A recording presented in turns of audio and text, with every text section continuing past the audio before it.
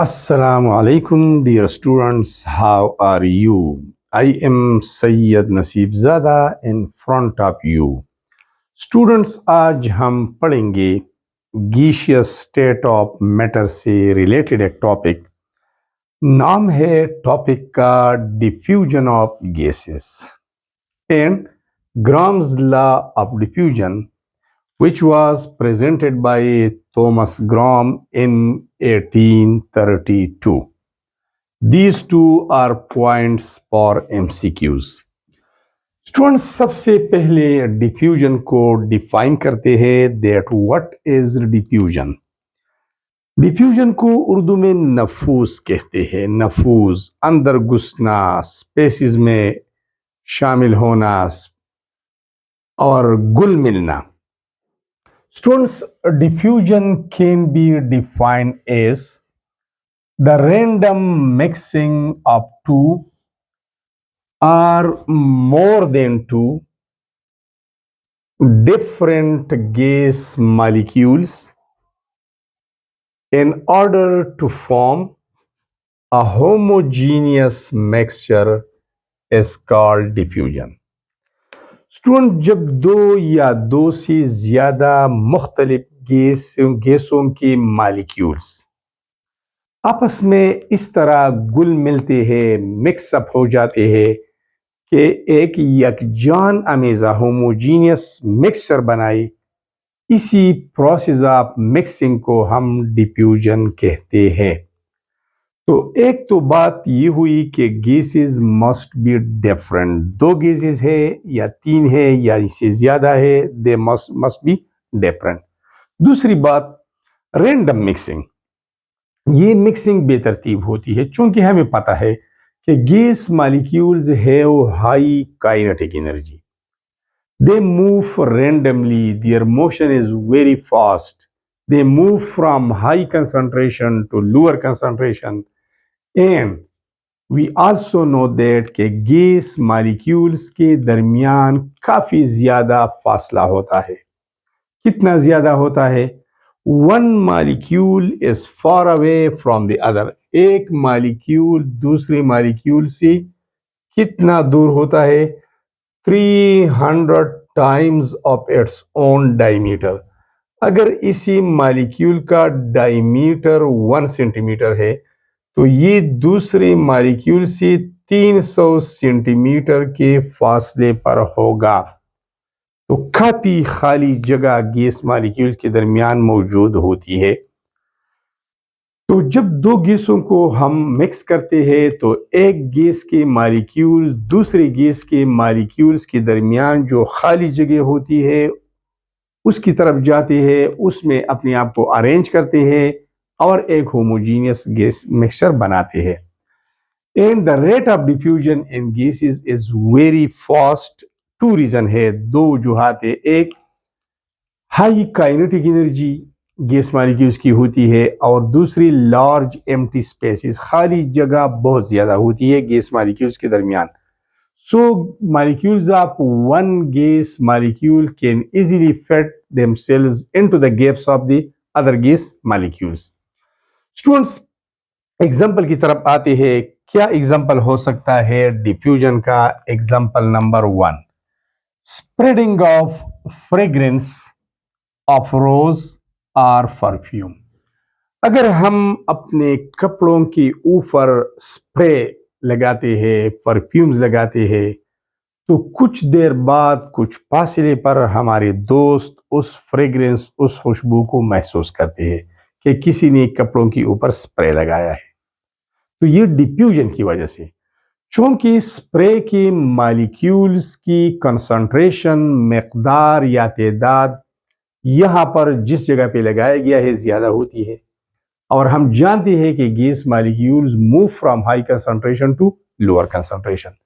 तो ये high concentration से लो कंसंट्रेशन की तरफ जाते हैं और कुछ देर बाद हमारे साथी ये महसूस करते हैं कि खुशबू मौजूद है, किसी ने अपने कपड़ों के ऊपर लगाई है। तो ये देर क्यों लगता है स्टूडेंट? देर इसलिए लगता है कि गैस मॉलिक्यूल्स मूव रैंडमली। ये तो टेढ़ा हरकत करते हैं। फर्ज करें यहाँ पर ये एक फ्रेग्रेंस खुशबू की मालिक्यूल्स है कपड़ों के ऊपर, इसका कंसंट्रेशन इधर ज्यादा है वहां नहीं है, तो ये मालिक्यूल्स हाई कंसंट्रेशन से लो की तरफ जाते हैं। लेकिन रास्ते में एयर तो मौजूद है, हवा तो मौजूद है, उसमें oxygen, nitrogen, carbon dioxide, water vapours, noble gases और दूसरी गैसेस भी होती है। तो ये मालिक्यूल एयर के मालिक्यूल से टकराते हैं और अपना रास्ता तब्दील करते हैं, फिर दूसरी मालिक्यूल से टकराते हैं, वो उसका रास्ता तब्दील करते हैं। तो ये रैंडम हरकत करते हैं और एक जगह से दूसरी जगह तक पहुंचने में वक्त लगता है, देर लगता है। स्टूडेंट्स, इसके अलावा अगर हम बात करें तो स्मेल ऑफ गैस लीकेज, अगर एक सिलेंडर घर में मौजूद है, उसमें गैस है जिसको हम सीएनजी बोलते हैं, कंप्रेस नेचुरल गैस, इसमें मीथेन, इथेन, प्रोपेन और ब्यूटेन होता है। अगर वाल ओपन है या पाइप में सुराख है, पोर है, तो उससे गैस मॉलिक्यूल हाई कंसंट्रेशन से लो कंसंट्रेशन की तरफ जाते हैं, हवा में फैलते हैं और थोड़े फासले पर हम उसकी बू को महसूस कर सकते हैं। तो ये भी डिफ्यूजन प्रोसेस है कि गैस मॉलिक्यूल हाई कंसंट्रेशन से लो की तरफ जाते हैं और दूसरी गैस मॉलिक्यूल्स के दरमियान जो गैप्स है उसमें अपने आप को अरेंज करते हैं। तो ये हो गया डिफ्यूजन प्रोसेस।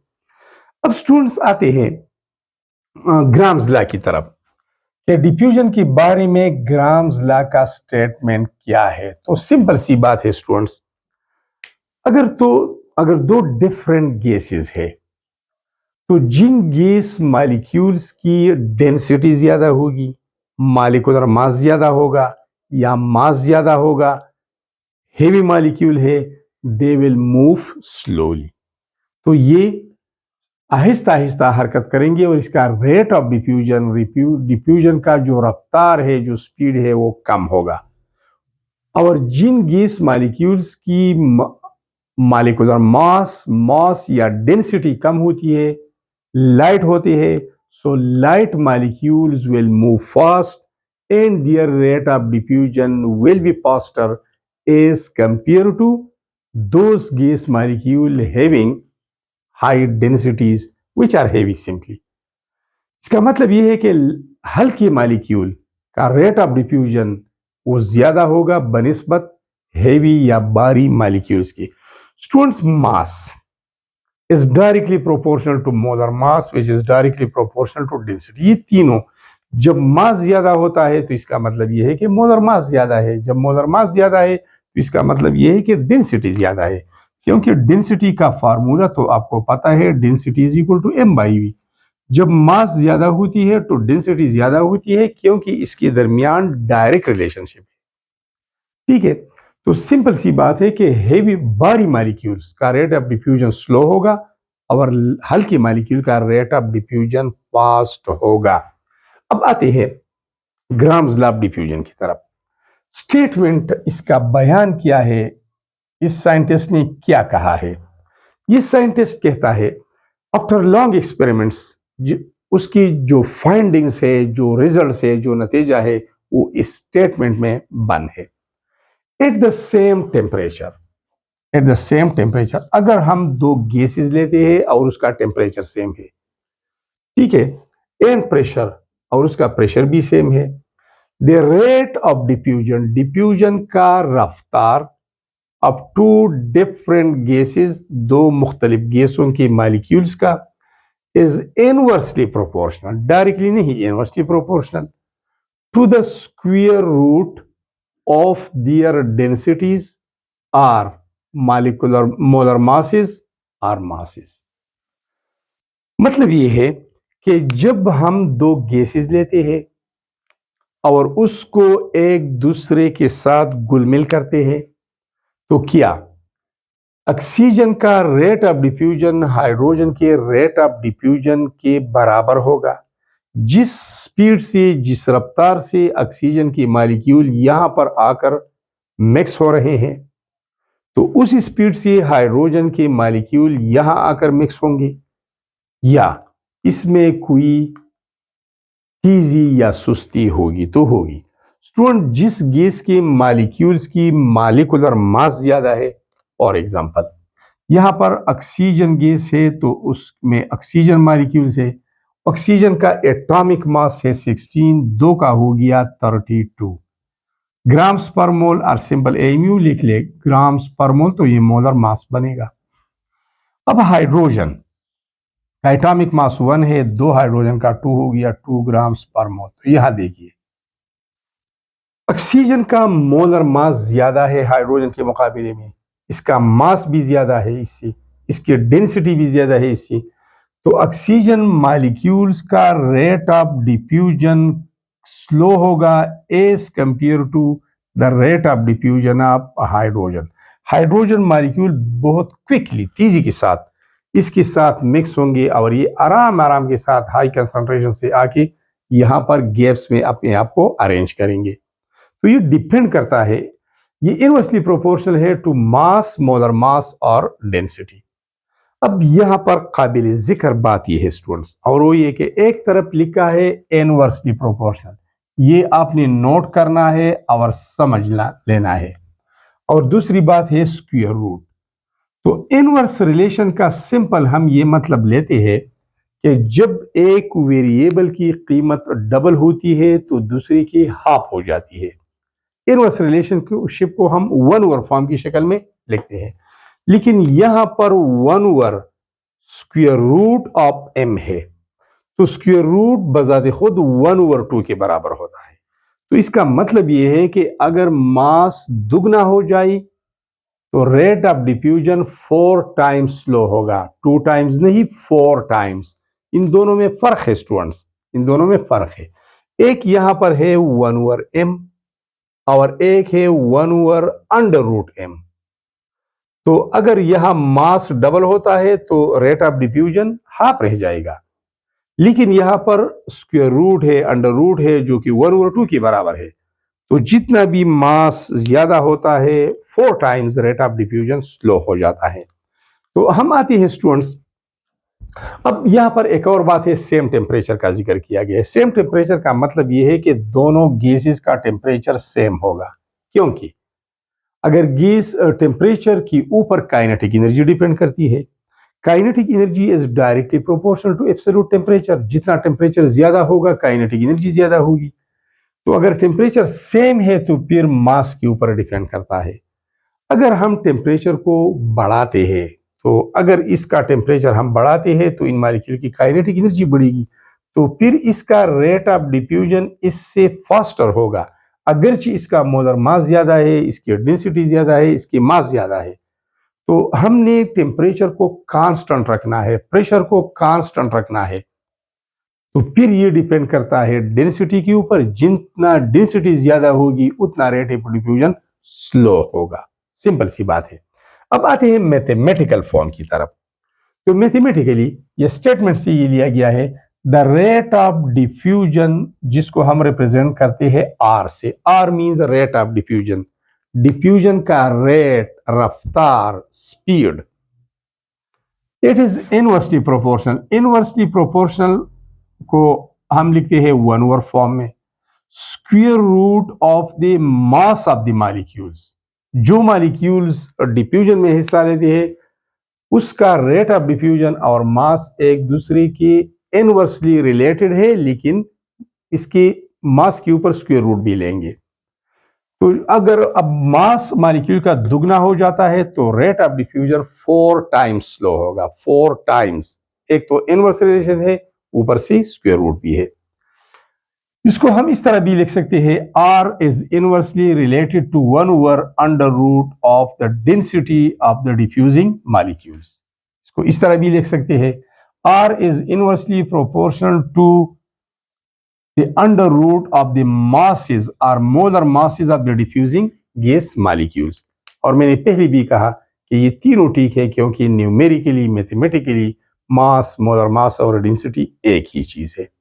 अब स्टूडेंट्स आते हैं डायग्रामेटिक रिप्रेजेंटेशन की तरफ, काइनेटिक मॉलिक्यूलर इंटरप्रिटेशन की तरफ, कि ये कैसा होता है। तो यहां देखिए, मैंने यहां पर एक लिया है हाइड्रोजन गैस और दूसरा ऑक्सीजन गैस। यहाँ पर हाइड्रोजन गैस मॉलिक्यूल्स का कंसंट्रेशन हाई है और यहाँ पर जीरो है या लो भी आप कह सकते हैं, नहीं है। यहाँ पर एक स्टॉप कॉक लगाया गया है और पहले से ये स्टॉप कॉक क्लोज्ड है, तो ये मॉलिक्यूल यहाँ नहीं आ सकती और ये यहाँ नहीं आ सकती क्योंकि यहाँ पर कोई रास्ता नहीं है। ठीक है स्टूडेंट्स, अब अगर हम इस स्टॉप कॉक को ओपन करते हैं, stop cock is now open, इस वाल को हम ओपन करते हैं, तो सिंपल सी बात है, hydrogen molecules will move from high concentration to low concentration and oxygen molecules will move from high concentration to low concentration. ये वहां जाएंगे, ये यहाँ आएंगे, इधर गैप्स मौजूद है। हाइड्रोजन मॉलिक्यूल यहाँ पर अपने आप को अरेंज करते हैं, यहाँ पर हाइड्रोजन मॉलिक्यूल के दरमियान गैप से ऑक्सीजन मॉलिक्यूल इजीली इन गैप्स में फिट हो सकते हैं, अरेंज हो सकते हैं। अब यहां से ये गैस वहां जा रहा है, वहां से ये इधर आ रहा है, लेकिन इसका रेट ऑफ डिफ्यूजन फास्ट होगा क्योंकि इसका मास कम है, इसका मोलर मास कम है, इसकी डेंसिटी कम है, तो ये लाइट मॉलिक्यूल हैं, they will move faster than oxygen molecule, तो ये बहुत जल्दी यहाँ पर होमोजीनियस मिक्सचर बनाएंगे और ये आराम आराम से आके थोड़ा टाइम लेकर इसके बाद होमोजीनियस मिक्सचर बनाते हैं। अब sometimes after the stop cock open, stop cock को हमने ओपन किया है 2-3 मिनट बाद, 5 मिनट बाद, समटाइम्स आफ्टर, अगर हम यहाँ देखें तो यहाँ पर भी एक होमोजीनियस मिक्सचर होगा और यहाँ पर भी। What is homogeneous mixture? A mixture having uniform composition through out its mass, जिसका कंपोजिशन तरकीब यकसा हो। आप अगर इस जगह से थोड़ा सैंपल लेते हैं यहां से, तो आपको ऑक्सीजन और हाइड्रोजन दोनों के मॉलिक्यूल्स मिलेंगे। अगर यहां से आप थोड़ा सैंपल लेते हैं, उसको एनालाइज करते हैं, उसका तजिया करते हैं, तो दोनों किस्म के मॉलिक्यूल्स मौजूद होंगे। तो यहां पर पार्टिकल्स एवरीवेयर इक्वली अरेंज है, होमोजीनियस। यहां से आप सैंपल लेते हैं, एनालाइज करते हैं, दोनों किस्म के मॉलिक्यूल्स मिलेंगे। इस एरिया से सैंपल लेके फिर भी दोनों किस्म के मॉलिक्यूल्स मिलते हैं और यहाँ पर भी दोनों किस्म के मॉलिक्यूल्स मौजूद है। सिंपल सी बात है, अगर हम चीनी को पानी में डालते हैं, फिर टॉप से अगर हम थोड़ा सा लेके चखते हैं तो उसमें स्वीटनेस होगी, बॉटम से लेके उसका जायका स्वीट होगा, और अगर दरमियान से लेते हैं, जहाँ से भी आप लेते हैं, तो उसमें स्वीटनेस होगा, मिठास होगा। इसका मतलब यह है कि शुगर की मॉलिक्यूल, चीनी की मॉलिक्यूल हर जगह पहुंच चुकी है। This is called homogeneous mixture. ये है स्टूडेंट्स आफ्टर सम टाइम, तो दिस इसको कहते हैं diffusion. The random mixing of two different gas molecules in order to form a homogeneous mixture is known as diffusion. और दूसरी बात, the heavy molecules will move slowly, they will diffuse slowly as compared to light molecules, क्योंकि rate of diffusion depend करता है mass of molecule, density of molecule और molar mass of molecule के ऊपर। अब स्टूडेंट्स एक इक्वेशन को derive करते हैं जिससे आपको इनवर्स रिलेशनशिप वेरीफाई हो जाएगा।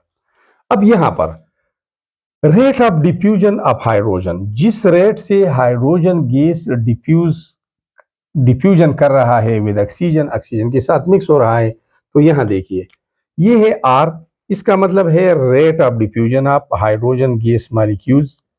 ये है sign of proportionality. The rate of diffusion of hydrogen gas molecule is inversely proportional to the square root of the density of hydrogen molecules. यहां पर डेंसिटी ऑफ हाइड्रोजन मॉलिक्यूल्स हो जाएगी।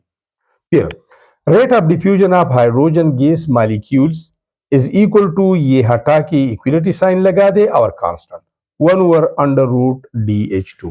फिर ये डिवीजन में है, ये यहां आएगा, तो rate of diffusion of hydrogen के साथ मल्टीप्लीकेशन में लिख के और यहां पर K मल्टीप्लाइड बाई 1 कांस्टेंट रहेगा। ये हमारे पास आ गया equation number 1।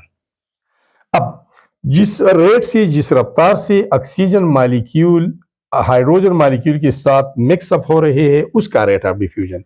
Rate of diffusion of oxygen is inversely proportional to 1/4 form में लिखिए to the square root of the density of oxygen molecule dU2 density of oxygen molecule.